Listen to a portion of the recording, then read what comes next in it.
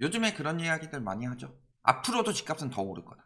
올해도 한 10% 더 오를 거고. 그러니까 지금 잠깐 침체되었을 때 급매물 나오는 것을 잡는 것이 기회다. 지금 줍줍하세요. 줍줍이라는 것은 원래 땅에 떨어진 걸 줍는다. 즉 되게 손쉽게 손에 넣는다는 거죠.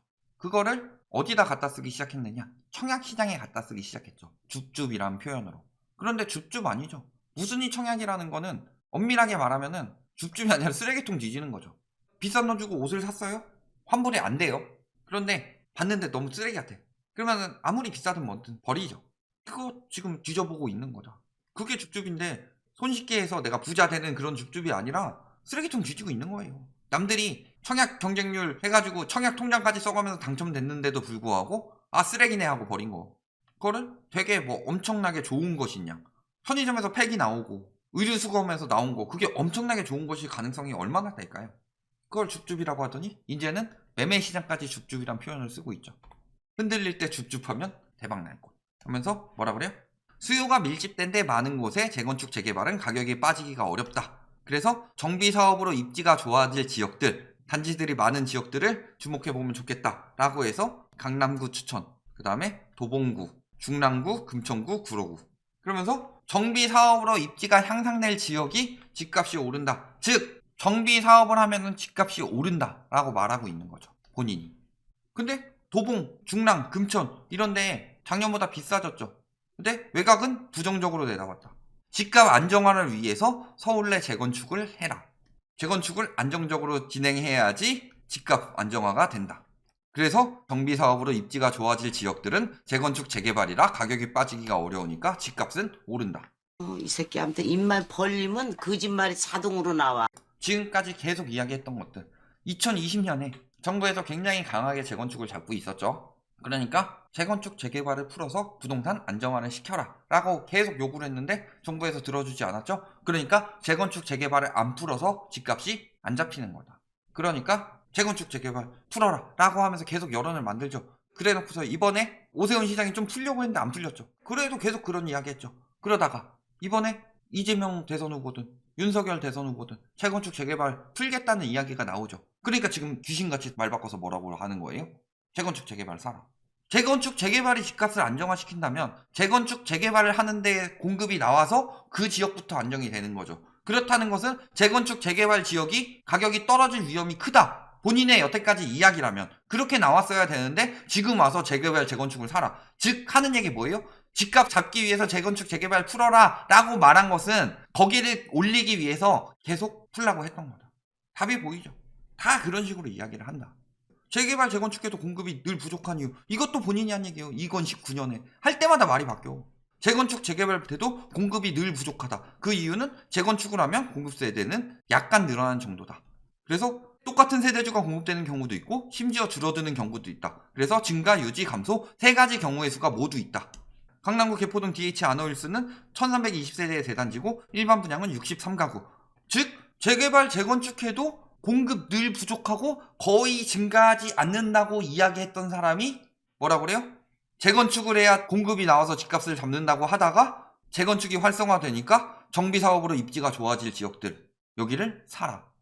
정확한 이론이 있는 게 아니라 재건축 재개발 해도 공급 부족으로 집값이 올라가지만 집값을 더 올리기 위해선 재건축 재개발을 풀어야 되니까 공급 부족 여론으로 몰고 가고 그래서 재건축 재개발이 풀리면 더 비싸게 팔기 위해서 집값을 올리려는 행태만 보이고 있을 뿐이다. 그 이상 이하로도 해석이 안 되죠. 아니면 다른 해석이 있으면 들고 와보세요. 저는 이렇게밖에 해석 안 돼요. 그렇다. 본인이 한 얘기를 계속 본인이 부정하고 있는데 심지어는 뭐 때문에 오른대요? 백화점 때문에 집값이 오른다. 유동고객보다 뭐 배우 수요 뭐 하면서 프리미엄 입지해가지고 백화점 때문에 뭐 집값 오른다. 판교역 인근 아파트들이 웬만한 서울 아파트보다 시세가 높은 거는 백세권이기 때문이다. 어딘가가 수요가 늘면 어딘가는 줄기 마련이에요. 그리고 백화점 때문에 이전하는 사람들이 얼마나 되냐 사실 솔직히 백화점이야 뭐 편의시설이라서 물론 들어오면 도움은 되죠. 그게 집값의 중점적인 역할이냐. 집값의 핵심은 뭐예요? 핵심은 직장, 교통, 학군이죠. 그래서 여기가 좋은 데가 다른 데보다 비싸다 이것까지는 이해를 해요. 그런데 문제는 그 이상이 되느냐. 그건 아니죠. 그래서 적절한 가격이 있는데 그 이상의 거품이 쌓여있으면 백화점이든 뭐든 다 그냥 거품 쌓기 위한 명분일 뿐이다. 대표적인 예시가 뭐가 있을까요? GTX. GTX 들어오는 게 백화점보다는 더 큰 호재다. 엄밀하게 말하면.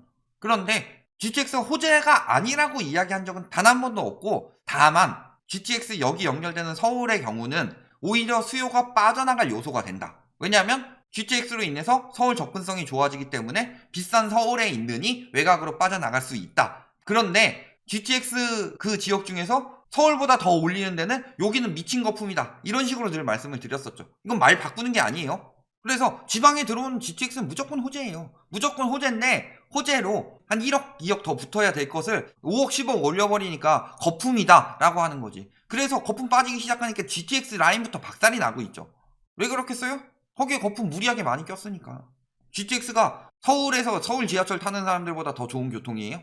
그러니까 거품이 쌓였고 충분히 저게 반영이 됐음에도 불구하고 저것 때문에 더 오른다. 뭐라든 오른다. 다세대 빌라 매수세 급증. 뭐 제목은 이건데 내용을 보면 뭐라 그래요? 전세난을 해결하는 방법은 딱 하나고 자가 목적이 아닌 임대 목적의 집을 구매하여 시장의 전세 목적으로 공급하면 된다. 그러면서 전세난이 해결되었던 성공적인 사례는 세 가지를 이렇게 되죠. 1기 신도시 입주 노태우 대통령, 다주택자 활성화 정책 김대중 대통령, 그 다음에 2008년 잠실 재건축 대규모 입주. 그리고 인위적으로 쏟아내게 했는데 요때는 공급이 됐지만 요때는 공급이 안 됐으니까 자발적 참여를 유도하기 위해서 이 사례를 통해서 전세난을 안정시켰다. 그 말이 맞는지 한번 봅시다. 자, 1991년 그리고 2008년에는 전세가는 좀 안정된 걸로 보이죠? 그리고 매매가도 좀 안정된 걸로 보이죠? 그런데 2001년에 어때요? 다주택자 활성화 정책을 했더니 전세가 폭등하고 매매가 폭등했죠. 그러니까 핵심은 다주택자 활성화를 하면서 공급을 해야 되는 거냐? 아니죠. 1991년에 무슨 일이 있었어요? 일본 부동산 붕괴. 2008년에 무슨 일이 있었어요? 2008년은 실질적으로 9월 이후에 안정됐죠. 그 전에는 오르다가. 이때 무슨 일이 있었어요? 미국 부동산 붕괴.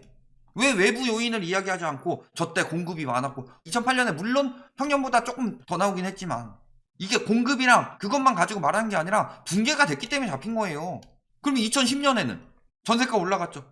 매매가 떨어지는데 다주택자 활성화 안 했어요?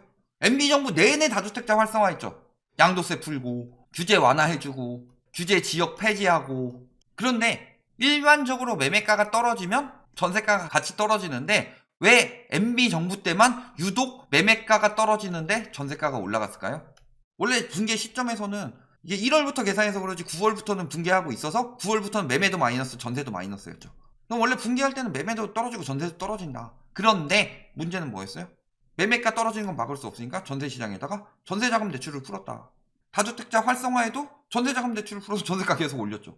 그리고 그 정책이 MB정부 때 1억 2억 그 다음에 박근혜 정부 때 3억 5억까지 띄워서 80%까지 빌려주는 게 이제 와서 억제하면 뭐라 그래요? 실수요 죽인다. 서민 죽이는 전세가 억제 정책. 이딴 이야기 맨날 언론에서 할 거 아니에요. 그래서 전세가를 내버려 두니까 금리가 떨어질 때 전세가 폭등하면서 매매가를 쳐서 올린 거고. 공급 많이 나오면 안정된다고요? 일시적인 거예요. 공급은. 핵심은 왜 붕괴됐어요? 유동성 많이 풀었다가 회수하면서. 역시 여기도 유동성 많이 풀었다가 회수하면서.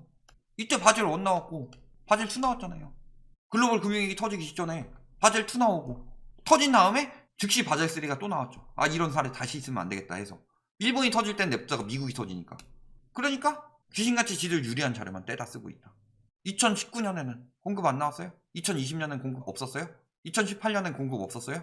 그때도 공급 많았어요. 다주택자 활성화 정책? 2017년 12월에 임대사업자 풀었다고 해서 그난리를 치더만. 그리고 무슨 이야기를 해요? 이분 지금 계속 가고 있어요. 서울 아파트는 늘 부족하다. 이 공급량 자료 보고서 다주택자가 임대사업자로 등록하면서 공급은 더욱 줄었다. 즉 뭐예요?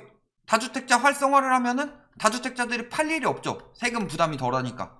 그러면 당연히 공급이 줄 수밖에 없죠. 임대사업자가 이야기했듯이 다주택자들 활성화시키는 거 아니에요. 임차 시장 활성화시키기 위해서. 그러니까 공급이 줄어서 매매할 수 없는 물량이 늘어나니까 집값이 올랐다. 어쩌라고. 이땡 형님 10% 이상 상승할 것이다. 교통호재, 재건축, 재개발 예정지역. 즉 재건축, 재개발 같은 정비사업 활성화돼서 호조에 기여할 것이다. 10% 이상 상승할 것이다. 정비사업은 집값을 10% 이상 상승시키는 요인이다. 정비사업은 서울 내 가장 효과적인 공급 방안. 이를 가로막는 재건축 초과이익 환수제를 완화해야 한다. 정비사업은 효과적인 공급 방안이지만 정비사업 때문에 10% 이상 올리고 그거를 더 올리기 위해서는 제초안을 완화해서 재건축 가격을 더 올려야 한다. 똑같은 이야기 하고 있죠. 이 사람은 뭐 달라요? 이 사람도 똑같은 사람이에요. 지금도 GTX 떨어지니까 GTX 따라서 오른다고 하고 있잖아요. 그래서 KTX가 지나는 곳마다 집값이 오르기 시작했다. 수억씩 올랐고, 천안이 집값이 수억씩 오르는 이유는 뭐예요? KTX보다 더 핵심적인 게 뭐예요? 불당 신도시. 신도시 들어오면서 올라간 거잖아요. 신도시가 들어오면 당연히 집값은 올라갈 수밖에 없어요. 신축이 엄청나게 많이 지어지는데 구축이 좋아요, 신축이 좋아요? 그러면 신도시가 하면은 인근에서 수요들도 흡수되고, 심지어 요런 곳 아예 저기 내구 있죠. 그러면서 월급쟁이가 감당 아파트 입성 플랜 인터뷰 언제 한 거예요? 1월 11일. 1월이죠. 이미 집값이 떨어지고 있고 금리는 계속 올라가고 있는 상황이죠. 그런데 3억을 탈탈 털어서 만들었어요. 그래서 분양가가 9억이 넘어서 중도금 대출이 안 됐죠. 그런데 중도금의 많은 부분을 다 연체시켰다. 왜? 3회 이상 중도금 연체. 예전에 저희가 했던 얘기죠. 3회 이상 중도금 연체하면 계약 해지되니까 2회만 연체한다. 이런 방법을 쓴다고 그랬죠. 그래서 중도금 마련도 퇴직금 중 정산받고 신용대출 풀로 땡겨서 마련했고 모든 대출 연끌했죠. 자, 그래서 분양가의 50%만 잡아도 대출만 7, 8억이다. 그래서 이자 내고 생활비 하면 남는 게 없다. 자, 일단 대출이 7, 8억이 나오기 위해서는 얼마나 벌이가 돼야 되냐. 그건 둘째 치고 분양가의 50%가 대출만 7, 8억이다 하는데 7, 8억이 50%니까 곱하기 2 하면 얼마예요? 14에서 16억이죠. 근데 생각해보니까 15, 16억은 대출이 나올 수가 없죠. 50% 나오는 것도 문제고. 그렇다면 7억이라고 생각을 해봅시다. 그럼 14억이라면 대출이 7억이 나오느냐? 14억이면 어떻게 돼요? 9억까지는 제대로 나오는데 9억부터 14억 부분은 요 5억에 대해서는 20%밖에 안 나오죠. 이거 어떻게 마련했어요? 어떻게 가능한 거예요 저게? 5억 대비해서 잡으면은 집값의 3분의 1은 대출이 절반밖에 안 나온다는 건데 그럼 7억 나오기도 굉장히 힘들다는 거죠. 15억 딱 찍어도 7억 안 나오는데 15억 기준으로 계산해 볼까요? 15억 기준으로 9억까지 그 다음에 나머지 6억에 대해서 9억까지 원래 40% 나오는데 저 사람 말 맞다면 50% 나온다고 칩시다. 그러면 얼마예요? 4억 5천이죠. 요 나머지 6억 부분에 대해서는 20%밖에 안 나오죠. 얼마예요? 3억. 겨우 마련되네. 15억은 안 나오는 상황이죠. 그리고 50% 잡아줘야 저만큼 나오는 거고. 어떻게 대출이 나와요? 소설이지.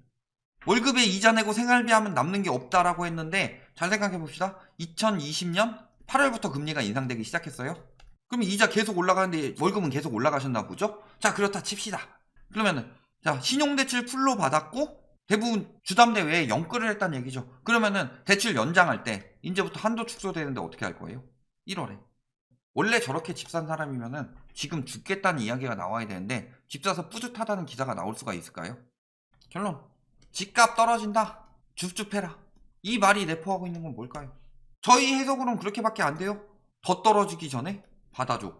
왜냐면 그들 말대로 재건축, 재개발이 공급에 기여를 한다면 요 지역들을 추천하진 않겠죠. 왜냐면 요 지역들이 공급이 많이 나올 지역이니까. 근데 이리 바꿨다 저리 바꿨다 또 바꿨다가 다 호재인데 공급을 하기 위해서 호재를 활성화해야 된다. 그런데 생각보다 공급이 안 되니까 거기는 오를 거다. 저런 말을 믿으실 거예요?